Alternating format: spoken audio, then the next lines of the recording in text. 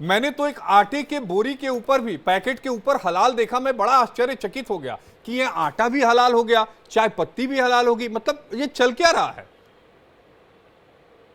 बिल्कुल, इसीलिए मैं कह रहा हूं कि खास तौर से यहां पर कुछ प्राइवेट लिमिटेड एंटिटीज हैं, जैसे जमीयत उलमाए महाराष्ट्र, जमीयत उलमाए हिंद की एक राज्य इकाई है, जमीयत उलमाए हिंद हलाल ट्रस्ट।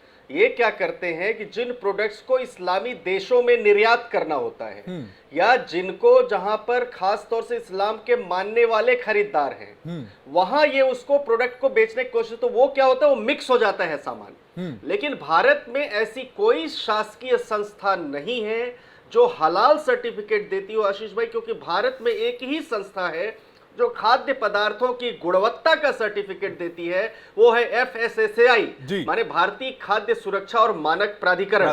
बिल्कुल। तो अब ये जो है, ये सर्टिफिकेट प्राइवेट लिमिटेड कंपनीज दे रही हैं जिनकी कोई वैधता नहीं है, और वो धड़ल्ले से बिक भी रहा है। हैरानी इस बात की है, हैरानी इस बात की है, और बड़ी बड़ी कंपनियों, मैं किसी कंपनी का नाम नहीं लूंगा अश्वनी भाई, लेकिन बड़ी बड़ी कंपनियां अपने उस प्रोडक्ट, मैं लूंगा स्विगी और जोमेटो जैसी कंपनियां, मैं लूंगा आशीष भाई, मैं नाम लूंगा स्विगी और जोमेटो जैसी जो कंपनियां जो फूड लोगों को घर घर सप्लाई कर रही हैं, उनका it is none of their business कि वो लिखे हलाल सर्टिफाइड। अब ये देखिए कि क्या वो इस्लामी देशों का जो कानून है वो भारत जैसे देश में लागू कैसे होगा। और दूसरी बात कि सौंदर्य प्रसाधन और फार्मास्यूटिकल हलाल सर्टिफिकेशन करवाना सौंदर्य प्रसाधनों पर क्यों जरूरी है? पशुओं की चर्बी, शराब आदि का प्रयोग नहीं हुआ है। शराब को परफ्यूम बनाने के लिए जैसे इस्तेमाल किया जाता है, सुअर की चर्बी लिपस्टिक और लिप बाम बनाने में इस्तेमाल की जाती है। कॉस्मेटिक में सुअरों, मुर्गियों, बकरियों आदि के उत्पाद का इस्तेमाल किया जाता है। ये सभी इस्लामी कानूनों के अनुसार हराम है। तो सौंदर्य प्रसाधन और फार्मास्यूटिकल जो हलाल सर्टिफाइड होते हैं, उनमें से कोई भी हराम उत्पाद का उस तरीके किया, तो इसलिए वो हलाल सर्टिफिकेट देते हैं। पर सवाल ये है कि क्या वो हलाल सर्टिफिकेट यहां विभिन्न धर्म के जो लोग रहते हैं उनके साथ मिक्स किया जा सकता है? मूट क्वेश्चन है। तो मैं समझता हूं अगर ऐसा ही चलता रहा अश्वनी भाई, तो कल को सनातन धर्म की तरफ से ये कहा जाएगा कि ये सनातन धर्म का प्रोडक्ट है, हमने ठप्पा मार दिया, आप यही कर दें, लोग खरीदने भी लगेंगे। आप बिलीव करिए कि लोग खरीदने भी लगेंगे, और मुल्क किस तरफ जा रहा है ये चिंता का विषय है। सैयद जवाद साहब, मैं आपके पास आना चाहूंगा। अश्वनी जी जो कह रहे उसका जवाब दीजिए, जो हलाल प्रोडक्ट को लेकर उन्होंने बातें कही हैं। बहुत बहुत शुक्रिया आपका। देखिए, अश्वनी सर को शायद इंटरनेशनल बिजनेस और ट्रेड के बारे में इल्म होगा, जहां तक मुझे लगता है, और उसके अपने अपने नियम होते हैं। आप जब किसी एक कंट्री से दूसरी कंट्री के अंदर बिजनेस करते हैं तो वहां के साथ जो है हमारी बहुत सी ट्रीटीज और बहुत सी चीजें साइन होती हैं। अगर गल्फ की हम बात करेंगे तो गल्फ के अंदर आप पढ़िएगा इंटरनेशनल लॉ भारत के साथ क्या है।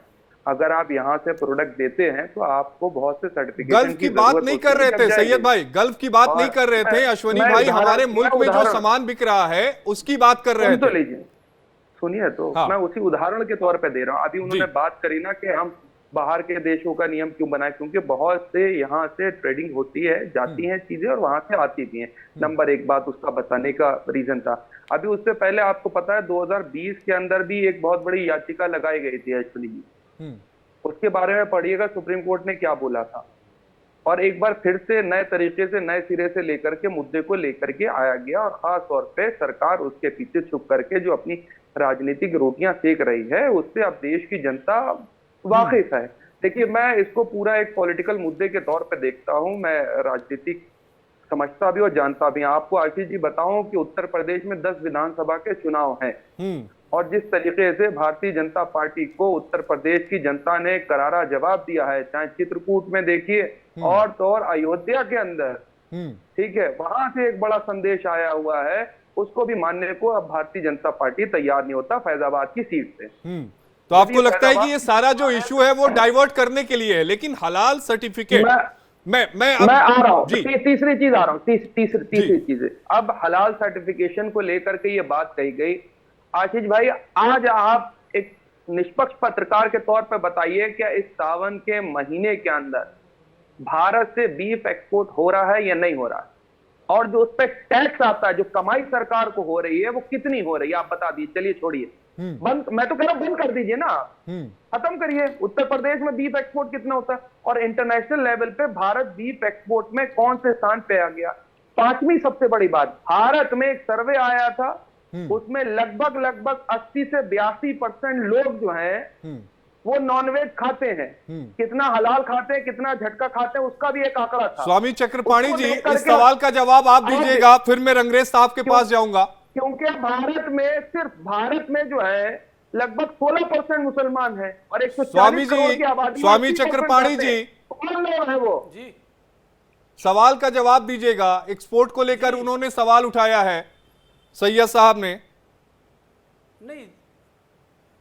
नहीं देखिए, सैयद जी सवाल ही उठा रहे हैं, और उसके पहले जो अल कबीर और कौन कौन बुचड़खाने का नाम जो दूसरे हमारे भाई इस्लामिक स्कॉलर ने लिया, ये सिर्फ व्हाट्सएप ज्ञान के आधार पे बोलते हैं, सिर्फ सवाल उठाते हैं। अरे भाई, आपने कितनी बार विरोध किया कि यहाँ से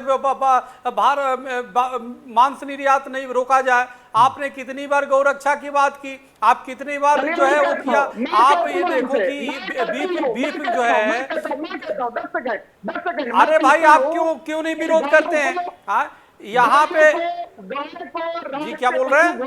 चलिए बोलिए। नहीं, वो कह रहे हैं कि गाय को राष्ट्रीय पशु, हाँ वो कह रहे हैं कि गाय को राष्ट्रीय पशु घोषित करिए, इस बात का वो समर्थन कर रहे हैं। अरे राष्ट्रीय नहीं, देखिए ऐसा है, सैयद जी को पता नहीं है, हम गाँव विश्व सीमांतरा कहता है हमारा शास्त्र। अरे सुनो भाई, सैयद जी मेरी बात सुनिए, माँ पशु नहीं है, राष्ट्रीय माता राष्ट्रीय माँ घोषित होनी चाहिए, राष्ट्रीय प्राणी घोषित होनी चाहिए। ये पशु कहां से आ गई? पशु हमारी माँ थोड़े होगी। गाँव विश्व सीमांतरा विश्व की माँ है। कोरोना काल में गौ माता ने लोगों की जान बचाई। मांग करता, सुनो भाई, अरे भाई बीच में बोलोगे ना मैं समझ पाऊंगा ना आप समझ पाओगे। बोलिए चक्रपाणी जी, आप बोलिए। याद ना करो, मेरी बात सुन लो भाई। सैयद साहब मेरी बात सुन लीजिए, मैं गरीबों की भी बात सुना। आप बीच में सवाल यह है, इस बात को समझना होगा हमें कि गौ माता को तो राष्ट्रीय प्राणी घोषित करना ही चाहिए।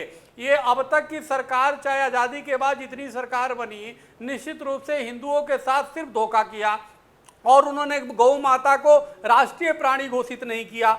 और आज भी गौ माता की हत्याएं हो रही है। हमारे भाई बैठे हुए अजय जी पूरी जीवन लगा दिया बेचारे संघर्ष करने में, गौ माता को अधिकार दिलाने में, रक्षा करने में। पिछली बार पॉलीथीन जो खाद की रक्षा कोर्ट में लड़ाई, तमाम हमारे हिंदू संगठन के भाई हमारे, सुनो भाई, हिंदू लड़ते हैं, लेकिन सैयद साहब जब टीवी पे, सुनो भाई, सैयद साहब जब टीवी में बैठेंगे तो बोलेंगे। इधर उधर कितनी बार आप कोर्ट में गई, उसके लिए क्या प्रयास किया? क्या जितना सैयद साहब आप बता दीजिए कि आपने क्या प्रयास किया है? जो सवाल चक्रपाणी जी कह रहे हैं, आपने क्या प्रयास किया है बताइए आप। मैं रंगरेज साहब के पास जाऊंगा, रंगरेज साहब काफी देर से इंतजार कर रहे हैं। बस राजनीतिक सगुफा छोड़ देते हैं जब टीवी पे बैठते हैं तो। मैं आपसे कह रहा हूँ, बहुत इतिहास में सावरकर जी ने एक अपना लेख लिखा था, गौ पालन हवे और गौ पालन नभे। अरे बात ये बताओ ना, कितनी बार प्रयास किया? सावरकर जी पे आ गए, तीर घाटा भाग जाते हो। अरे बात पॉइंट पे करो, बात गौ पे करो तो गौ पे आओ। अब चले गए सावरकर जी पे, जिन्ना पे चले जाओ, जिन्ना ने देश विभाजन करा दिया, जिन्ना ने देश के टुकड़े करा दिए, जिन्ने पे चले जाओ। आप सावरकर जी ने देश आजाद कराया, आपको क्या पता है?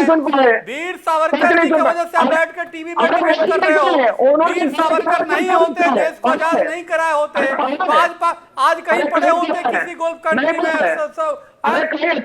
आज अंग्रेजों के गुलाम होते। अगर वीर सावरकर ने देश को आजाद करा तो गुलाम हुए होते सैयद साहब।